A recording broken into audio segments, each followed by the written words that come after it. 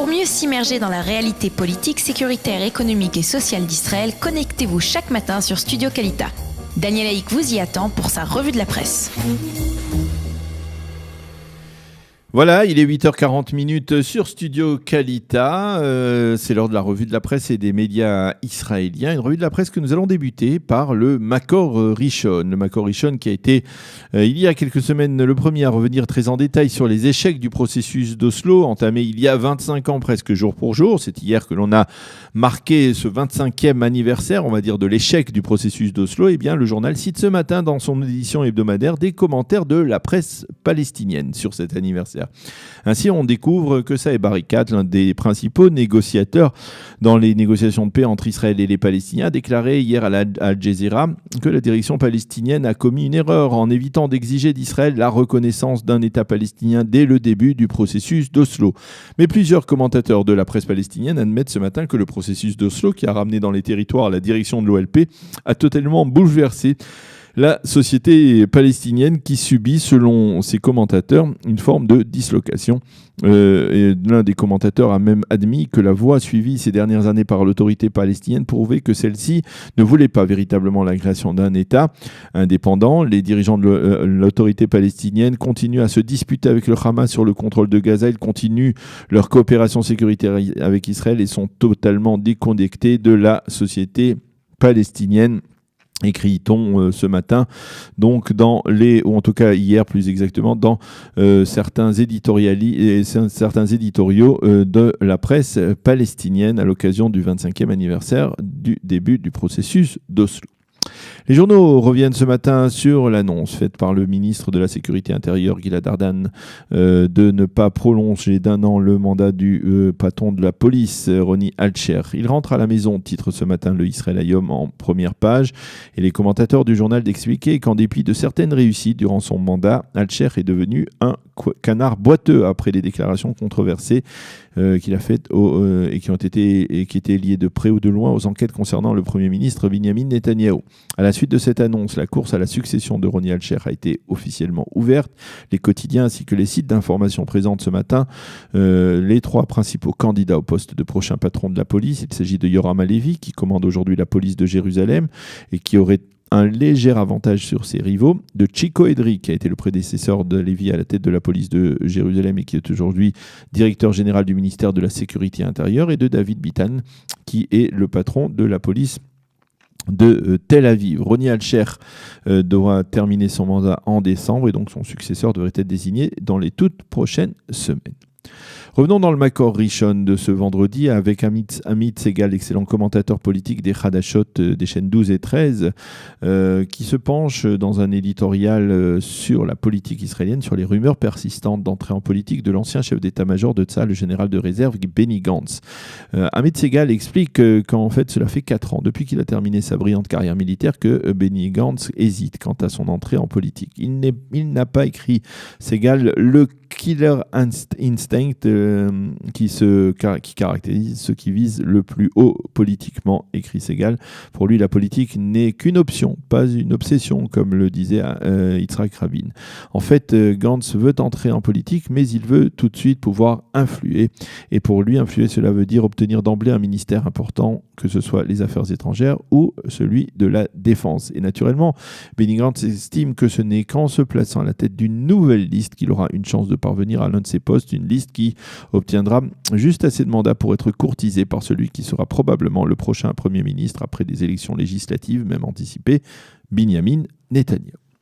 Les médias israéliens ont abondamment commenté hier ces décisions du tribunal de district de Jérusalem, dont nous venons de parler avec le Rav Chaim Amselem, de reconnaître comme juive et d'inscrire comme juive à part entière une femme qui s'est convertie au judaïsme par le biais d'un tribunal orthodoxe de Giur Kalacha, mais qui n'est pas affilié au grand rabbinat d'Israël. Cette décision, qualifiée par certains médias d'historique, pourrait servir de précédent juridique pour des milliers d'autres personnes qui se sont converties au judaïsme dans les mêmes circonstances, c'est-à-dire sans passer par le grand rabbinat d'Israël. Les médias ont rappelé hier soir en particulier que ce type de conversion se fait depuis de nombreuses années grâce au concours de plusieurs grands rabbins, parmi les plus connus dans la mouvance sioniste religieuse. Ces rabbins ont décidé de créer un tribunal rabbinique pirate après avoir échoué dans leurs efforts de persuader le grand rabbinat d'Israël d'assouplir parfois ses positions. Ils ont mis au point une structure permettant des conversions plus faciles, plus agréables, moins rigides et rigoureuses. Certains commentateurs ont affirmé que par son comportement intransigeant, le grand rabbinat d'Israël devenait obsolète. Tous les quotidiens israéliens reviennent sur la décision de l'Union de télédiffusion européenne de choisir Tel Aviv et non la capitale d'Israël, Jérusalem, comme ville qui accueillera le prochain concours Eurovision de la chanson. Et les journaux citent les réactions relativement satisfaites, il faut bien l'avouer, du Premier ministre Binyamin Netanyahou et de Netta, la célèbre chanteuse israélienne qui a remporté cette année l'Eurovision et grâce à laquelle, l'année prochaine, l'Eurovision se tiendra donc à Tel Aviv et non pas à Jérusalem. Monsieur Netanyahou a déclaré hier « Tel Aviv est une ville pétillante et dynamique et le monde entier aura l'occasion de pouvoir le constater. Quant à Netta, elle a simplement déclaré Tel Aviv n'est qu'à une demi-heure de Jérusalem. Israël est un petit pays. Les festivités se dérouleront dans tout le pays. Je suis heureuse que le concours Eurovision de la chanson puisse amener en Israël de nombreux touristes. Selon les organisateurs du concours, celui-ci se tiendra les 14, 16 et 18 mai prochains, date de la finale. Le site qui accueillera ce concours sera le Palais des Expositions de Tel Aviv. Même la municipalité de Jérusalem a fait montre de fair play, a félicité celle de Tel Aviv. Nous saluons notre petite sœur de Tel Aviv, tout en regrettant que le concours ne se tienne pas dans la capitale de l'État d'Israël. Celui qui s'est plutôt montré plus critique, c'est le ministre de Jérusalem et candidat au poste de maire de la capitale, Zeev Elkin.